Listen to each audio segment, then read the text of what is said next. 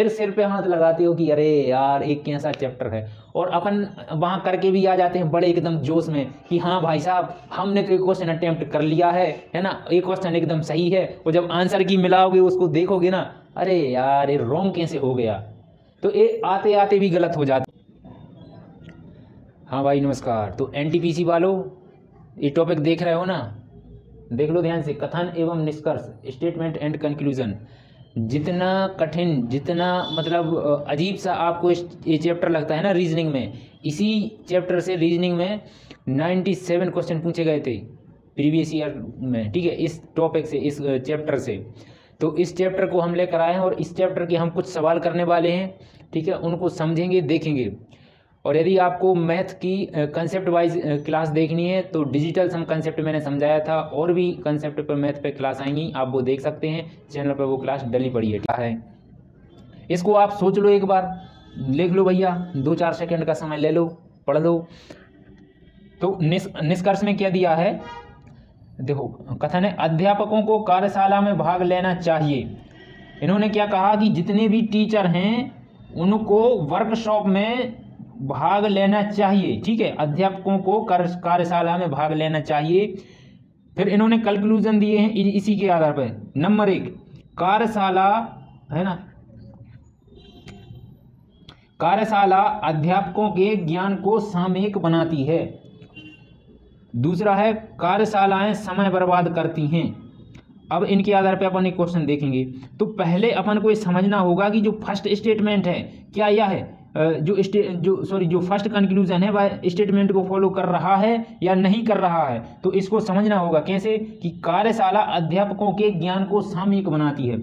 आप है ना, जो भी टीचर हैं तो उनका जो नॉलेज है, टीचर्स के नॉलेज में वर्कशॉप क्या करती है ना, सहायक होती है। इन्होंने ऐसा इसमें कहा है कि कार्यशाला अध्यापकों के ज्ञान को सामयिक बनाती है।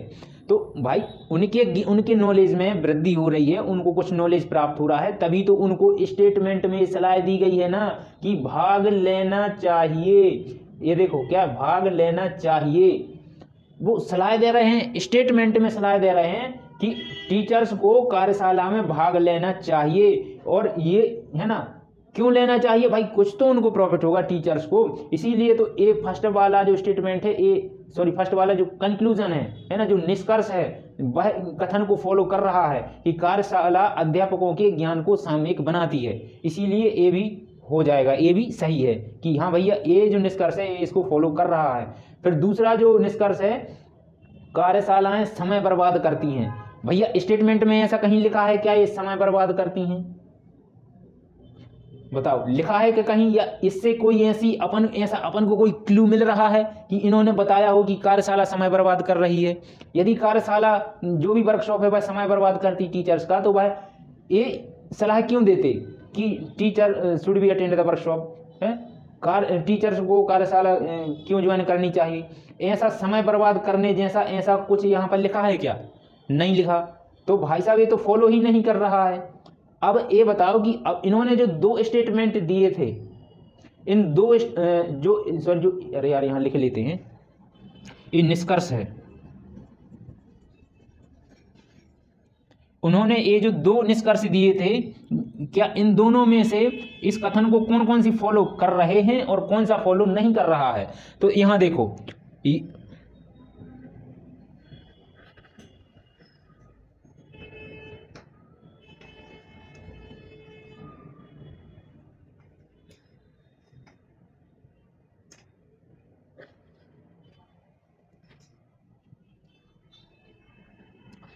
तो यहाँ देखो, ये जो फर्स्ट वाला है वह तो फॉलो कर रहा है, ठीक है, वो जो सेकंड वाला है वह फॉलो नहीं कर रहा है। तो अपन को साइड में आराम से लिख लेना है कि भैया हमारा जो कथन 1 है वह फॉलो कर रहा है। उसके बाद अपन को आना है ऑप्शन पे, और ऑप्शन में देखना है कि ऑप्शन में क्या लिखा है। जो पहला ऑप्शन है वह है केवल अनुमान सेकेंड निहित है। अब ये जो अनुमान जो सेकंड है, निष्कर्ष जो सेकंड है, क्या वह सही है, नहीं, वह गलत है, वह फॉलो ही नहीं कर रहा है स्टेटमेंट को। तो हमारा ए वाला जो ऑप्शन है वह आंसर में नहीं आएगा, ठीक है। फिर जो सेकंड ऑप्शन है वह क्या लिखा है कि अनुमान फर्स्ट और सेकंड दोनों ही निहित हैं। जो निष्कर्ष है, अनुमान है जो फर्स्ट है और जो सेकंड है, इन्होंने कहा है कि अनुमान फर्स्ट और सेकंड दोनों ही निहित हैं। क्या दोनों ही सही है? नहीं, हमारा केवल फर्स्ट वाला फॉलो कर रहा है स्टेटमेंट को, सेकंड वाला निष्कर्ष जो कंक्लूजन है वह फॉलो नहीं कर रहा है। तो हमारा जो सेकंड ऑप्शन है वह भी हमारा आंसर नहीं होगा। अब जो तीसरा ऑप्शन है, इन्होंने लिखा है कि ना तो अनुमान फर्स्ट, ठीक है, ए वाला फर्स्ट, ना तो अनुमान फर्स्ट और ना ही सेकंड निहित है। इन्होंने कहा है कि भैया जो भी ये निष्कर्ष दिए गए हैं, निष्कर्ष पहला और दूसरा, ये दोनों ही इस वाले स्टेटमेंट को फॉलो नहीं करते हैं। क्या ऐसा है? ऐसा बिल्कुल नहीं है, क्योंकि हमारा पहला जो निष्कर्ष है वह स्टेटमेंट को फॉलो कर रहा है ना। तो ये जो तीसरा ऑप्शन है ये भी गलत हो जाएगा, क्योंकि ये गलत दिया हुआ है ना। अब है ऑप्शन 4, इसमें क्या लिखा है? केवल अनुमान एक निहित है। अब आप ये बताओ कि क्या केवल अनुमान एक निहित है? तो बिल्कुल, हमारा केवल एक ही निष्कर्ष ऐसा है जो कि स्टेटमेंट को फॉलो कर रहा है। हमने पूरा समझ लिया कि भैया हमारा केवल एक ही ऐसा निष्कर्ष है जो कि स्टेटमेंट को फॉलो कर रहा है, और यही तो इसमें बोला है कि केवल अनुमान एक निहित है ना, जबकि सेकंड तो रॉन्ग है। तो ये हमारा हो जाएगा आंसर। यदि आपके लिए क्वेश्चन समझ नहीं आया है तो आप वीडियो को रिवर्स कीजिए, है ना, वीडियो को स्टार्टिंग से देखिए, आपको क्वेश्चन जरूर समझ में आए। ये है चलो अपना सेकंड सवाल, ठीक है, स्टेटमेंट एंड कंक्लूजन का। तो इसमें इन्होंने लिखा है कि क्वेश्चन नंबर 2 है, ठीक है, क्वेश्चन सेकंड।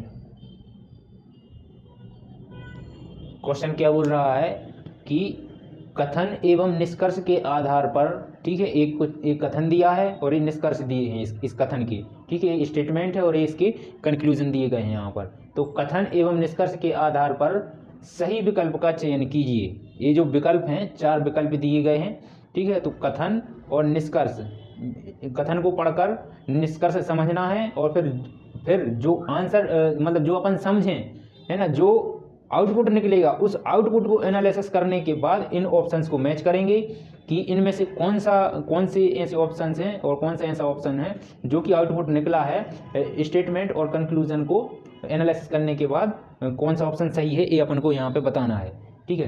तो यहाँ पे देखो कथन क्या लिखा है स्टेटमेंट एंड कंक्लूजन का, ईमानदारी ही सर्वोत्तम नीति है। एक कथन दिया है, अब कथन में उन्होंने जो बोल दिया वही अपन को मानना है, और अपन को और एक्स्ट्रा दिमाग नहीं लगाना है। ज़्यादा पढ़े लिखे लोग ज़्यादा दिमाग लगा लेते हैं, है ना, तो इसीलिए कभी कभी नॉर्मल तरीके से भी सोचना पड़ता है। ईमानदारी ही सर्वोत्तम नीति है, सिंपल शब्दों में उन्होंने कह दिया कि भैया honesty is the best policy, जो कि आप बचपन से ही सुनते आ रहे हैं। तो ये क्या है? एक कथन है। अब निष्कर्ष, उन्होंने पहला निष्कर्ष क्या दिया है कि ईमानदार लोग नीति बनाते हैं। आपको क्या लग रहा है कि इन्होंने अब ये बताओ, यहाँ पे कुछ हाईलाइट दिख रहा है आपको कि ईमानदार लोग नीति बनाते। अब इन्होंने क्या स्टेटमेंट में ऐसा लिखा है क्या कि कौन नीति बना रहा है, कि बेईमान लोग नीति बनाएंगे या ईमानदार लोग नीति बनाएंगे? ऐसा कुछ इन्होंने इसमें लिखा क्या? ऐसा इन्होंने कुछ नहीं लिखा। उन्होंने सीधा सिंपल कहा है कि भैया ईमानदारी सबसे अच्छी नीति है। अब उसमें इन्होंने ये नहीं बताया कि भैया ईमानदार लोग ही नीति बनाएंगे, बेईमान लोग भी नीति बनाएंगे, है ना, या नॉर्मल व्यक्ति भी, नॉर्मल पर्सन है जो वह भी नीति बना सकता है। ऐसा इन्होंने कुछ नहीं दिया, तो अपन इसको भी नहीं मानेंगे।